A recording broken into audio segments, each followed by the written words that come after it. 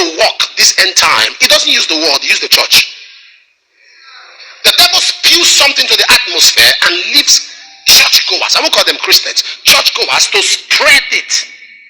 That's why you see a trend. Somebody comes out and give a testimony, and Christians or churchgoers turn it to a trend. Becomes a mockery. A supernatural act of God becomes a mockery. The carnal and the natural man cannot understand the things of the spirit because they are foolishness to him.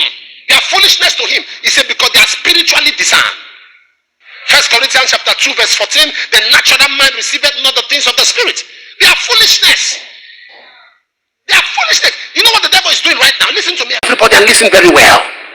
Don't follow any trend that rubbishes the supernatural.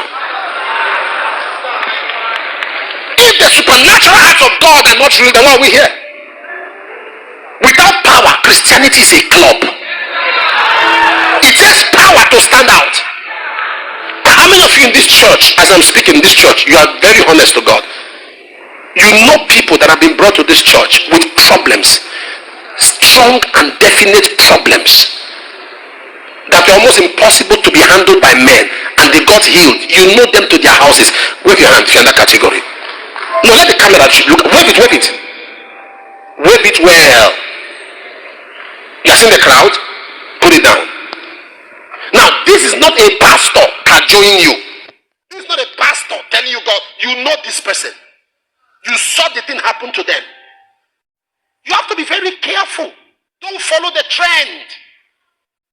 Avoid what is trending.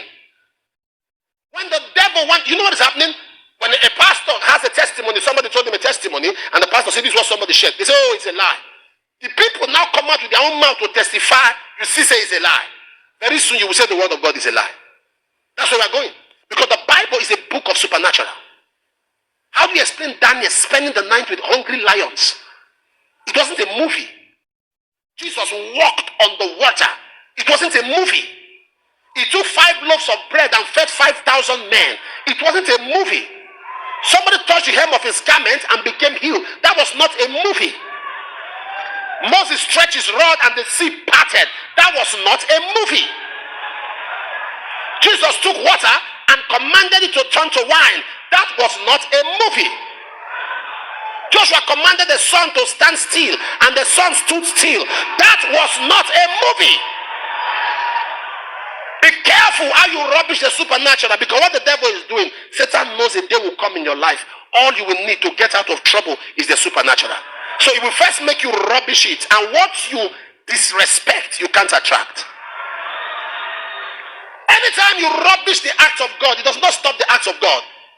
It stops the act of God in your own life. It doesn't stop the act of God from happening. Abuse miracles from now till next year. People are still getting miracles. But you will not get miracles. So anytime you speak against the act of God, you are shortchanging yourself. Your criticism of God's power does not diminish God's power. It only diminishes it in your life.